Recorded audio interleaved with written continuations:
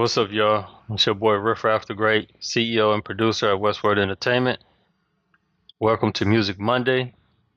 Um, in this tutorial, I'm just going to go over a few things that every independent artist and music professional needs in their arsenal. Pretty much tool sets when you're doing business in the music industry. The first one is the work for hire agreement contract. A work for hire agreement contract, it ensures that you don't accidentally give rights to other people who contribute to your music. Um,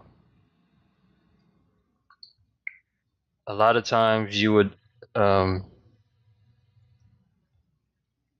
use this in writing, like when you're coming up with your contract for whatever type of music business you're doing with other people. You would include all your stipulations in this artist agreement or contract. A lot of things can be stated in this work for hire contract. Work for hire contract can pertain to producers who get hired by a record label, um, composers who get hired by movie companies. Is different avenues and different types of individuals that need these type of agreements and contracts. Um, the next contract is the music collab agreement or contract. The music collab agreement or contract, it's a contract that is used for a music producer who is collaborating with a recording artist or collaborating with another producer, or two artists are collaborating on a song. It's very, very important that when you collaborate, you have some type of agreement about the percentage of ownership when you're doing a music collab agreement or contract. Now, this contract or agreement can also be included as part of the stipulations in your work for hire also. So the work for hire, like I said before, can pertain so many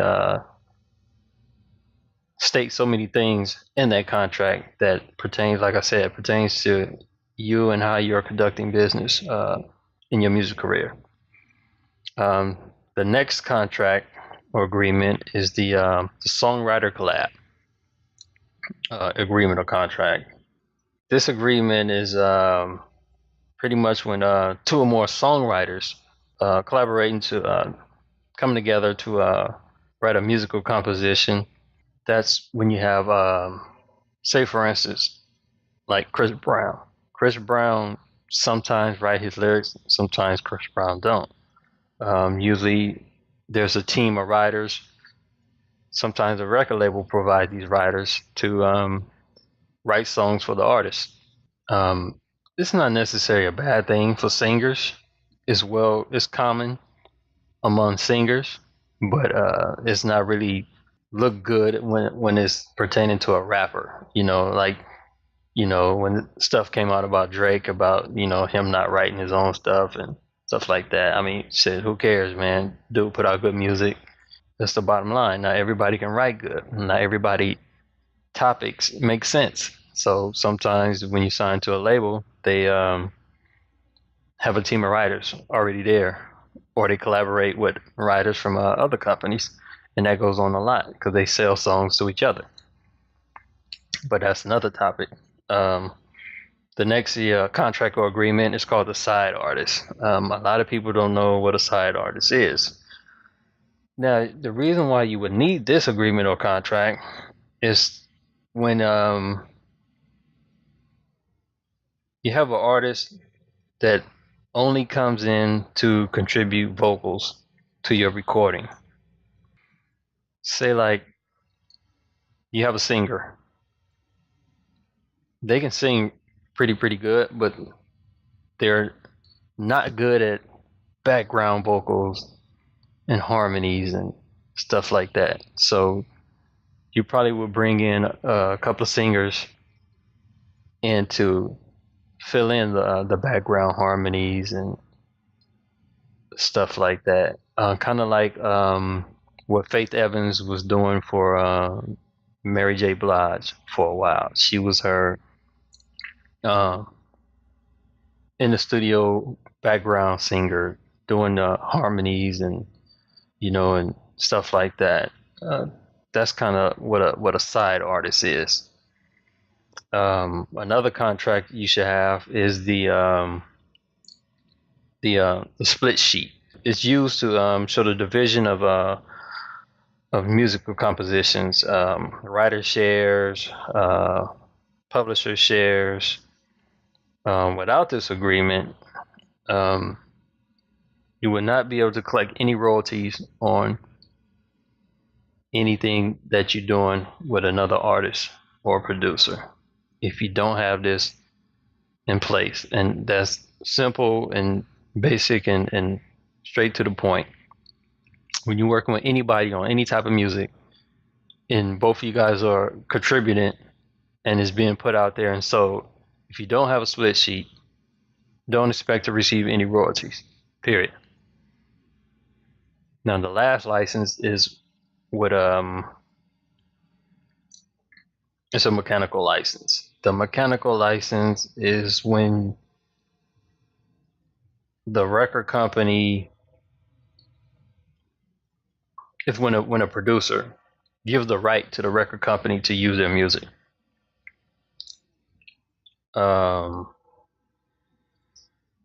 This is a big thing that's going on now that's been happening with producers who's submitting their music to record labels, and record labels are using their music and they're not being compensated. Well, the reason why they're not being compensated is because a lot of times the writers and producers don't know that record labels will not pay royalties if they don't have a musical license in place. And that's why another reason a lot of producers are not getting paid what they're supposed to getting paid. A lot of artists, the artist is gonna blow up off the song, but if the writer or the producer doesn't have a mechanical license in place stating the royalties, then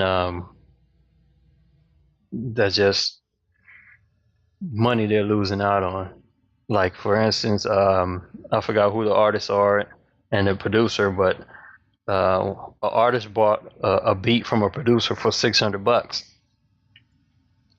He put it on his project. He put the project out and made a ton of money. He made a ton of money, and because the record was doing so good, the producer tried to pursue legal rights to get royalties, and the record company pretty much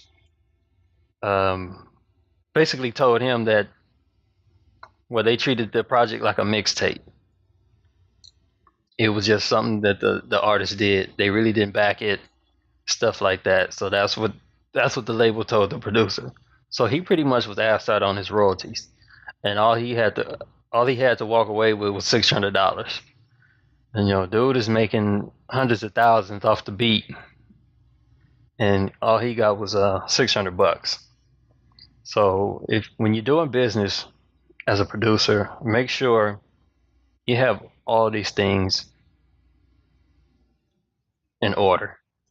First of all, before you're doing any business as a producer or artist, make sure your lyrics and your music is copywritten. That's first and foremost. Make sure all that is copywritten. If you can afford it, get you a music attorney.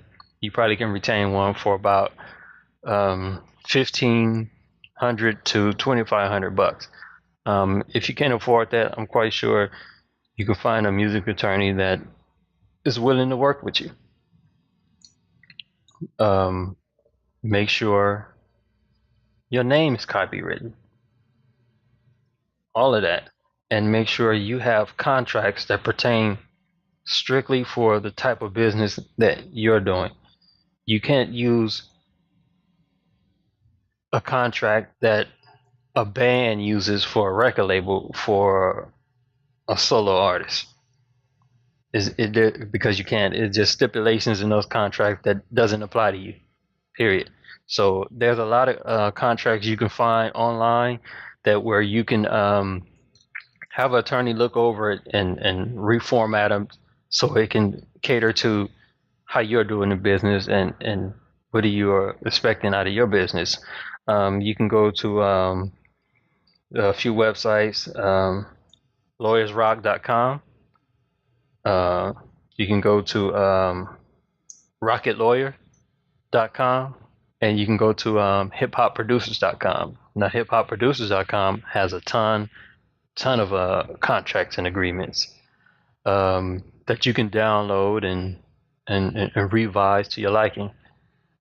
It's not illegal to get one of those contracts and revise them to put the stipulations in it that you're doing for your type of business. So I hope this was helpful on a Music Monday. I kind of got off topic, but this is a topic that a lot of people who starting out, and sometimes even the pros, just these are bases that need to be covered all across the board. You have to be able to dot your I's and cross your T's when you're dealing in the music industry, because you know you have to be able to understand contracts, what you can do and what you can't do, what's allowed, what's not allowed, what's your own, what's your rights, and things of that nature.